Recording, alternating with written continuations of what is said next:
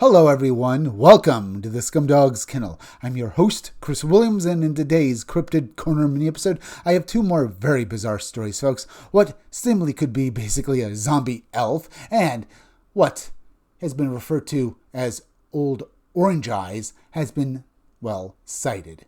Now, let's read both articles, beginning with the first one. White-eyed humanoid encountered on Sarandon Road near Waukegan, Illinois, and hear exactly what was witnessed. In the mid-2000s, during a late-night drive along Sarandon Road near the Beach Park and Waukegan borders, a Lake County resident reported a deeply unsettling encounter. The sighting occurred in the same general area where a winged humanoid had previously been reported stalking witnesses near the Jack Benny Center skateboard park. What the driver saw that rainy night was not winged, but it was no less disturbing. Was this a severely disfigured individual caught in the wrong place at the wrong time, or something far stranger moving quietly along a desolate stretch of road? The witness, who has lived in northern Lake County, Illinois for most of his life, states that the encounter occurred around 2006 or 2007. He had been out late with his best friend, likely just spending time together before heading home. After dropping his friend off in Zion, Illinois, he began driving south on Sarandon Road toward his home.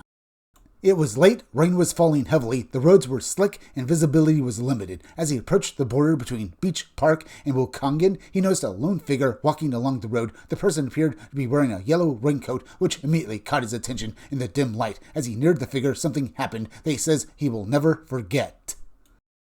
Just before he passed the individual, the figure turned its head and looked directly at him. In that brief moment, illuminated by his headlights and the surrounding streetlight glow, he saw a face that appeared completely deteriorated. The skin looked as if it were melting or severely damaged. He recalls visible red sores and heavy disfiguration. Most striking were the eyes, which were entirely white, with no visible pupils or irises. The encounter lasted only seconds. He did not stop. The witness emphasizes that he was not fatigued or impaired. He was fully alert despite the late hour. He acknowledges the possibility that the figure could have been someone suffering from a severe medical condition and states clearly that he means no disrespect if it were the case. However, he cannot dismiss the visceral fear he experienced at seeing such a figure alone on a rural roadside in heavy rain.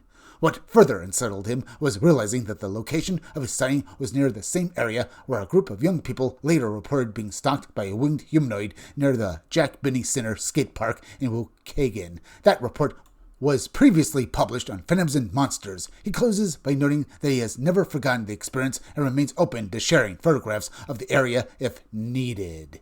But what did our witness actually see, folks? Remember, he says that he's open to the fact that maybe what he saw was a guy with a disfigurement, but how do you explain the eyes? I can explain all of it, folks.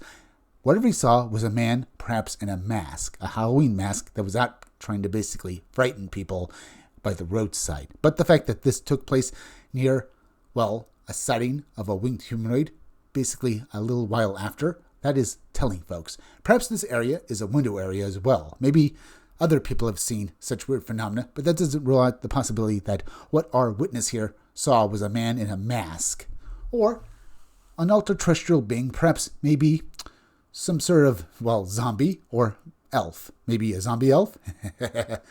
Either way, this being was truly bizarre, so maybe it was an ultra-terrestrial being along with the winged cryptid. We just don't know. Either way, let's move on to the next article, folks.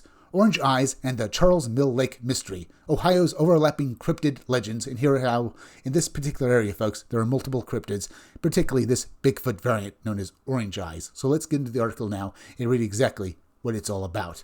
For more than half a century, a stretch of north-central Ohio has been the setting for some of the most perplexing cryptid encounters in the Midwest. Reports of a towering orange-eyed humanoid and an armless amphibious lake creature have surfaced repeatedly around Charles Mill Reservoir and the surrounding counties, raising an unsettling question: are these separate legends or fractured descriptions of the same unknown presence? Origins of the Orange Eyes legend. The legend, commonly referred to as Orange Eyes, is often traced to an incident on March 28, 1959. On that night, 3 terrified teenagers claimed they encountered a massive bipedal hairless humanoid that emerged from a mist-covered swamp along Ruggles Road, a remote stretch bordering the Charles Mill Reservoir near Mansfield. The creature's sudden appearance and imposing size left a lasting impression and became the foundation for decades of speculation. The first widely reported follow-up sighting occurred in the summer of 1963. Multiple eyewitnesses described a colossal being estimated at approximately 11 feet tall and weighing close to 1,000 pounds. The creature purportedly displayed aggressive behavior, alarming local residents to the point that an armed group attempted to hunt it down. Despite organized efforts, the entity was never captured or killed. Displacement theory and early behavior. Some researchers and local historians believe orange eyes may not have always been hostile. According to this theory, the creature once lived reclusively in a tunnel located in Cleveland's Riverside Cemetery. When highway construction destroyed this alleged refuge in the late 1940s, the being was forced south into wooded areas near Mill Lake and Charles Mill Reservoir. Proponents of this idea suggest that increased human contact following displacement may explain the creature's escalating aggression.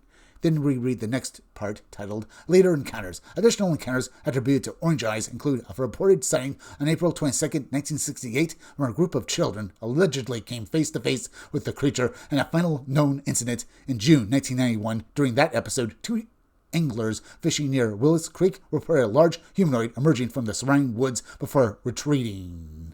But along with old orange eyes is the Charles Mill Lake Monster, a monster that also inhabits the same area as orange eyes here. Let's read about him too. Complicating the narrative is another long-standing local legend, the Charles Mill Lake Monster, an alleged amphibious humanoid said to inhabit the reservoir itself. This creature is typically described as armless, hairless, and green-eyed, with large webbed feet adapted for swimming. The 1959 Ruggles Road incident may not have involved orange eyes at all. According to the testimony from the three teenagers involved, the being they encountered rose directly from the reservoir's dark waters. They described it as approximately 7 feet tall, armless, with luminous green eyes and oversized webbed feet. Law enforcement later reported discovering tracks along the shoreline resembling swim fins or a diver's footwear. Despite this physical evidence, no further signs of an armless, lake-dwelling humanoid were officially documented. Over time, the legends of Orange Eyes and the Charles Mill Lake Monster have become deeply intertwined due to overlapping geography, similar size, and the presence of glowing eyes. However, the physical descriptions differ in critical ways. Orange Eyes is generally portrayed as a large, hairy, Bigfoot-like being with arms and orange eyes. The lake monster is described as smooth-skinned, armless, amphibious, and green-eyed. So, why are they being seen in the same area, folks? I can tell you why. Because monsters aren't relegated to one area or another like it's their particular spot, like they're basically, well, like the Kansas City Royals or basically the Cleveland, well, Indians, like they used to be called, folks. I mean, they're not basically, well, sporting teams. These monsters, I would imagine, basically immigrate sometimes, or basically, I guess, migrate from area to area. Sometimes they stay in one area, maybe because they're tied to this area, maybe they're spirits, but I wouldn't be surprised that basically one area would have multiple cryptids in the general area. Perhaps there are even more. Maybe there's an entrance to the inner earth in this part of America, folks, where these entities basically can come up above ground. Perhaps it's in the lake itself or something, or basically the reservoir. Maybe, I'm not quite sure. I don't know how old the reservoir is or if it would have such an opening. Either way, Orange Eyes and the Charles Mill Lake Monster might be entities that inhabit the same area, much like basically the first story with that zombie elf thing that basically was appearing in the same area as that winged Mothman-like entity, folks. Maybe they just inhabit the same plane because of existence, so when basically the, well, area basically becomes active, when the veil, perhaps, is thin enough, they're observed. Maybe the same thing is seen here with basically Orange Eyes and the Charles Mill Lake Monster. We just can't be for sure, folks. I'm just saying that whatever these entities are, they could be ultra-terrestrial, interdimensional interlopers, or maybe even alien beings from beyond this planet. Those are all areas that basically more study should basically be done with, but we can't be for sure of the actual nature of any of these entities, folks. All I know is that I think, and I do believe, that these things are real.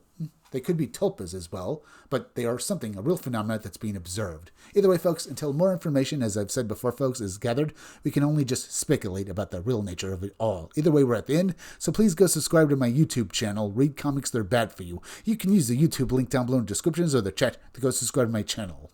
Hit that like button for me. Make sure you're still subscribed. Leave some comments down below. Hit that bell for notifications. Make sure you hit the part of the bell that'll give you all future notifications. And please share this video out. I'm Chris Williams from the Scumdogs Kennel. Thank you all for joining me. I'll be back again tomorrow with another great video, so be sure to come back again then. Till next time, folks, I'll see you all again soon.